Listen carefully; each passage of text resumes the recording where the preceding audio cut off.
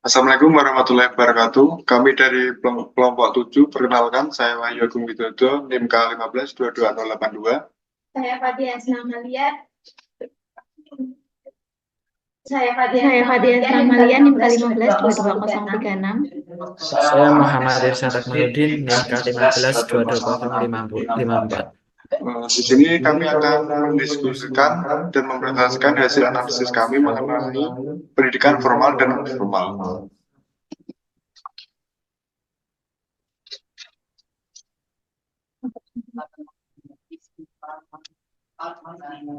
Untuk pembahasan yang pertama, kita akan membahas mengenai apa sih evaluasi pembelajaran itu. Dalam kegiatan pendidikan, evaluasi sendiri merupakan alat ukur atau suatu proses untuk mengetahui tingkat pencapaian keberhasilan yang telah dicapai oleh peserta didik. Sehingga dengan adanya evaluasi ini, maka tujuan dari pembelajaran akan terlihat secara akurat dan meyakinkan. Nah, selanjutnya kita akan membahas tentang pendidikan formal. Jadi apa sih pendidikan formal itu? Nah, pendidikan formal ini adalah sistem pendidikan yang diselenggarakan oleh lembaga-lembaga resmi dengan kegiatan yang sistematis dan berjenjang seperti sekolah dasar hingga perguruan tinggi. Tujuan dari pendidikan formal untuk mengukur pencapaian tujuan kurikulum dan standar pendidikan nasional. Untuk analisis evaluasi dari pendidikan formal yang dari hasil yang kita dapatkan bahwa evaluasi yang digunakan adalah dengan penilaian berupa refleksi diri, ujian, dan praktek kepada para peserta didik. Yang pertama ada refleksi diri. Refleksi diri ini dilakukan saat pembelajaran selesai dengan memberikan penugasan, pertanyaan singkat baik tertulis maupun lisan. Hal ini dilakukan untuk mengetahui materi siswa selama pembelajaran berlangsung. Yang kedua ada ujian. Ujian ini dilakukan di mana pendidik memberikan soal kepada para peserta didik. Dalam ujian berlangsung, siswa diberikan batas waktu untuk menyelesaikan soal tersebut. Soal ujian biasanya berupa pilihan ganda dan uraian. Ujian ini biasanya dilakukan saat tengah semester atau akhir semester. Ini untuk contoh bentuk evaluasi ujian tertulis. Kemudian yang kedua adalah yang lulus soal harus memberikan hasil yang selanjutnya ada ujian praktek. Dalam ujian praktek, peserta didik dituntut untuk dapat menunjukkan kemampuannya dalam menerapkan kemampuan dan keterampilan yang diperoleh. Setelah itu, peserta didik diminta untuk menghasilkan suatu produk yang telah dirancang oleh pendidik untuk penilaian akhir.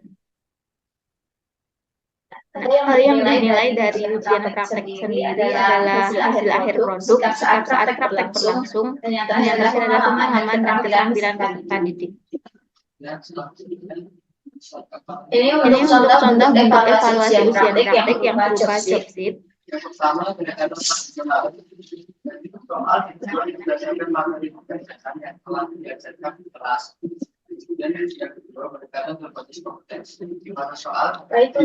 Selanjutnya, pendidikan non formal akan disampaikan oleh teman saya,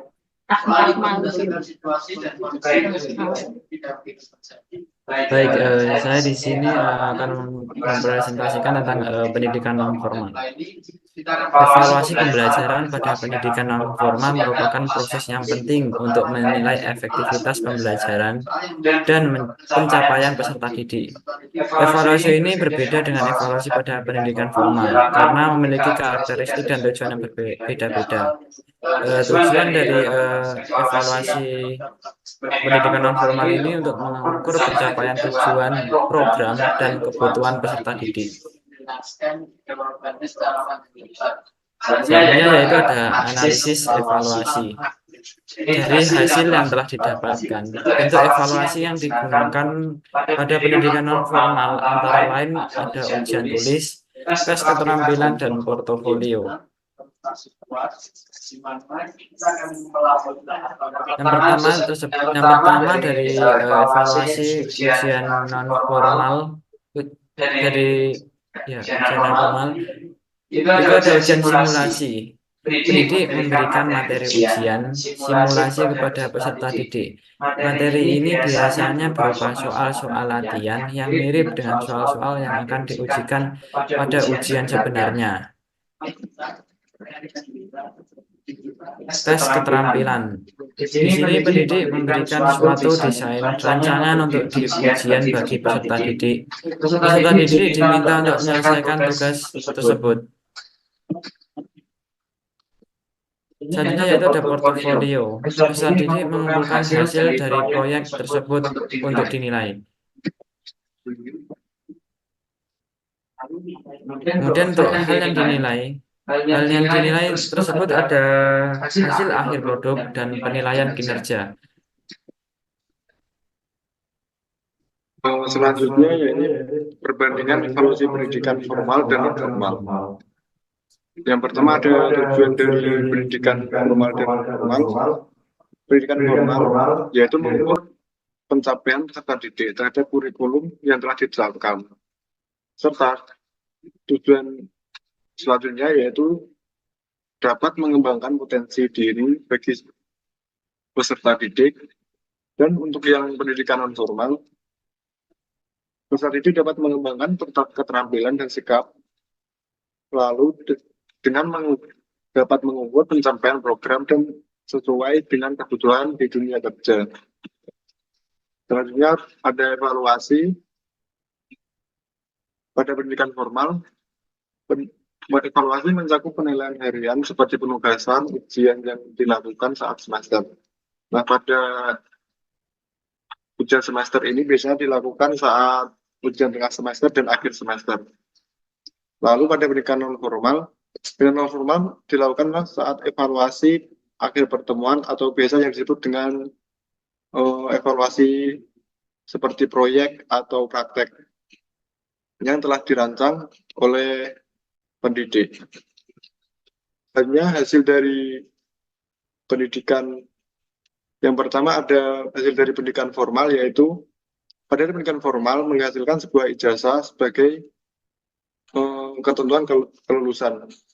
Dan pada pendidikan non formal menghasilkan sertifikasi validasi keahlian, di mana ini membuktikan bahwa peserta didik pada pendidikan non formal sudah lulus dalam pendidikannya. Selanjutnya metode yang diberikan pada pendidikan formal, ya ini ada ujian, penilaian tugas, dan penilaian keaktifan siswa, serta praktek. Nah, pada ujian ini tadi dijelaskan ujian bisa dilakukan seperti UTS atau UAS yang bersifat sumatif, lalu penilaian tugas yang bersifat formatif, lalu penilaian keaktifan yang bersifat formatif, dan praktek yang bersifat asumtif. Lalu pada pendidikan non formal yaitu dengan observasi ini pendidik bisa mengamati siswa saat pembelajaran berlangsung. Lalu yang kedua ada penilaian keterampilan. Penilaian keterampilan ini di mana pendidik menilai waktu praktek atau pekerjaan proyek tersebut dilakukan, dengan bagaimana menilai cara siswa itu melakukan praktek tersebut, cara seperti finishing pada hal-hal yang dilakukan pada praktek. Lalu yang terakhir ada portofolio, di mana portofolio ini adalah dengan mengumpulkan hasil proyek tersebut. Selanjutnya kurikulum. Untuk kurikulum pendidikan formal terstruktur dan teratur, sedangkan pendidikan non formal bersifat fleksibel dan sesuai kebutuhan. Sekian dari materi yang kami sampaikan. Apabila ada kesalahan, kami mohon maaf. Wassalamualaikum warahmatullahi wabarakatuh.